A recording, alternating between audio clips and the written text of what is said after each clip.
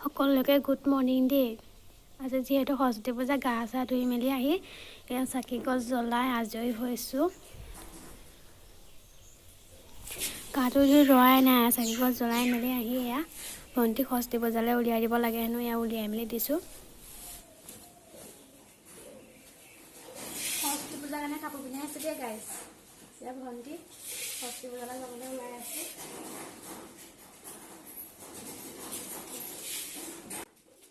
আজিকালি কি হয় গম পায়নে, মেখেলাখন মানে ইমানেই বেছি বহল, মানে পিন্ধাবলৈ নাতে, ইমান বেছি বহলকৈ থাকে।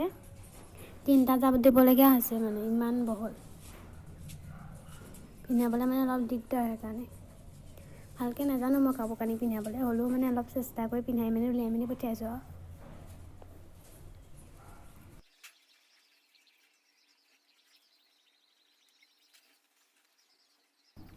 এতিয়া চাদৰখন জাপ দি লওঁ। চাদৰখন জাপ দিবলৈ ইমান বেছি বেয়া, ইমান পিছল মানে কাপোৰটো।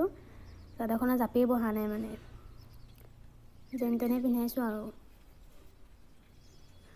দীঘলো, মানে ইমান দীঘল চাদৰখন আৰু।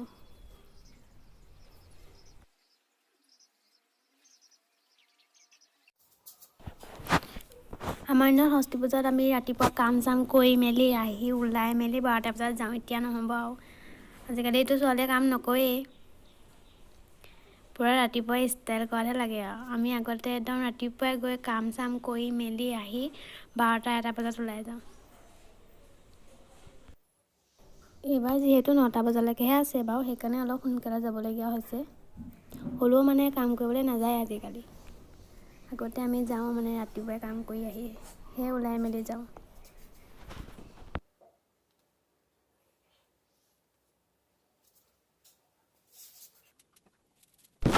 দেখিছে কেনেকৈ ইমান স্পীড উলিয়াই দিছোঁ, পাৰিব আপোনালোকে ইমান স্পীড কাম কৰিবলৈ।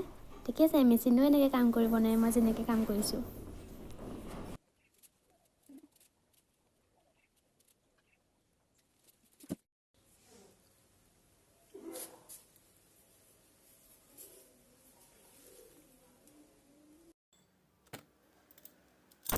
এয়া যি বস্তু লাগে আৰু চব উলিয়াই মেলি লৈ লৈছোঁ সেইফালৰ পৰা। এতিয়া বলক ফাইনেল লুকটো চাওঁ। এইটোৱে হৈছে ফাইনেল লুকটো। কেনেকুৱা লাগিছে জনাব দেই কমেণ্ট কৰি। ভালকৈ সজাব নাজানো, হ'লেও আৰু সজাই মেলি দি পঠিয়াইছোঁ। ফাইনেল লুকটো দেই দেখাই দিছোঁ, কেনেকুৱা লাগিছে জনাব। এইটো খোপাটো,